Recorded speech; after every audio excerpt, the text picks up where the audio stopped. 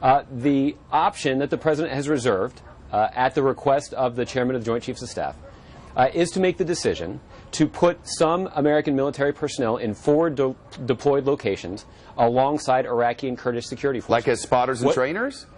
Well, what those individuals would do is they would offer some tactical advice to Iraqi security forces who are taking the fight on the ground to ISIL. In some situations, it's not hard to imagine that they might be calling in airstrikes in support of those Iraqi security forces who are taking the fight to ISIL. Which they're really already doing under the CIA heading.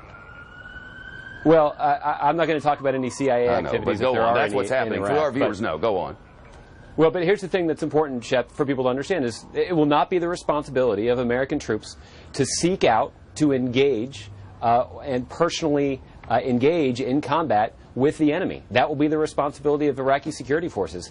Well, Shep, we can't be in a position where the United States military is doing this job for the Iraqi people. It's time for Iraq's political leaders, Iraq's population, and Iraq's security forces to take responsibility for the security of their own country. And part of that equation is that we might be seen by those in the region, as we were before, as taking sides in the civil war, that we might be seen as backing the Iran side and all that. I understand that there are a lot of things in the mix there. But one thing that we have been told with great specificity, Josh, is that these rebels in Syria, who have not been trained and need to be trained and will take a year to train in Saudi Arabia, according to the Pentagon, will be fighting on the Syrian side on the ground. And in Iraq, not the Kurdish troops in the north, they won't come down. Peshmerga not coming to Baghdad. Will use the Iraqi army, which folded in the face of ISIS, or ISIL as you like to call them, and gave them all of our weapons last time. So those are our fighting forces, and you would forgive the viewer who does not have a great deal of confidence in those two bunches, right?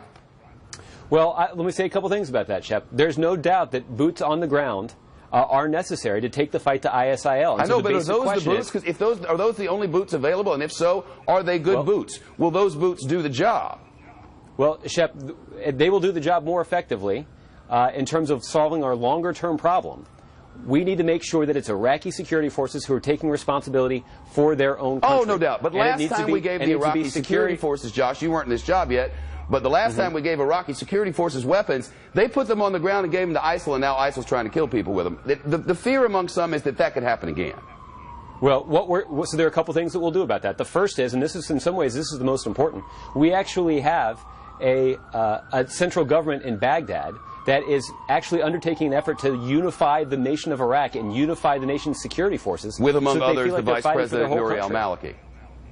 Well, he's the vice president, but there's a new prime minister, there's a new president, and there's a new speaker of the parliament. And all of them are committed to the cause of uniting that country. Here's the thing, Shep. It has never been more in the interest of Iraq's political leaders to unite that country to take on a threat. They are facing an existential threat from ISIL. And I do think we can have more confidence in their commitment, at least, to fighting for their country. The question is about their capability. And I do think their capability will be enhanced as we ramp up assistance to those Iraqi security forces, as they get advice from American military personnel on the ground, and as they are conducting combat operations with the support of American military air power. All of those things will make them more effective. It won't change the equation overnight, but it will have an effect on their ability to take the fight to ISIL successfully. If you're a gang of well-hardened, well-equipped, well-funded thugs and gang members running across two nations and taking it over, and you do not want the world's only superpower to come in and intervene, you probably don't cut the head off two superpower citizens and put it on the internet. But that's what they did. How high is the concern that we are doing exactly what they want, and that maybe when our airstrikes go to a major city, kill a bunch of civilians, and they put that on the internet, that they'll be able to recruit more, and this will hurt us more than it will help us? I know that's been part of the equation, and what is the thinking? Well, the thinking, Shep, is that we have been crystal clear about the fact that the United States will be leading a broad international coalition. Oh, I know, but what about that point, Josh? Including Muslim-led countries. This is the critical thing, including Muslim-led countries. Oh, now, you know my time's limited. What are we going to do if and when our airstrikes end up with civilian casualties that they put on the internet, increase their numbers, and then this gets to something that nobody can handle? I know that's part of the thinking. What has been decided?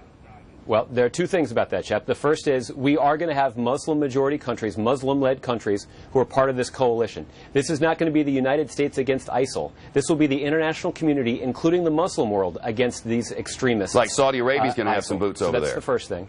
Or The Jordan. second thing, Well, you know, I will let the individual members of the coalition announce the commitments that they're prepared to make. There will be no commitment from those two on this. I will bet every penny I will ever make at this network.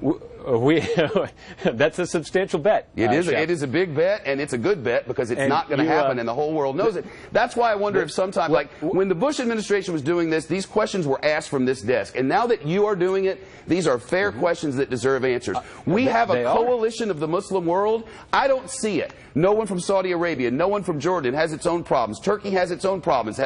We are not getting help from any of those nations. And to suggest that these people, with great respect, from Syria, who are not organized, and the Pentagon says it'll take a year to train, and the Iraqi army, which has already folded and given away the weapons, are going to come together and fight ISIL for us and with us, seems like, as the president once put it, something of a fantasy. Shep, these individuals will be fighting for their own country. Iraq right now faces an existential threat. The president is determined that it is not in the best interest of the United States national security for American forces to be on the ground engaged in combat operations against ISIL in Iraq and Syria. What we can do, though, is we can degrade and ultimately destroy ISIL by implementing a coordinated counterterrorism strategy with the support of the international community to support local forces who are taking the fight on the ground to ISIL and backing them up with American military air power. Your mouth to God's ears. Hope it works, Josh. Nice to talk to you, and we'll be right back.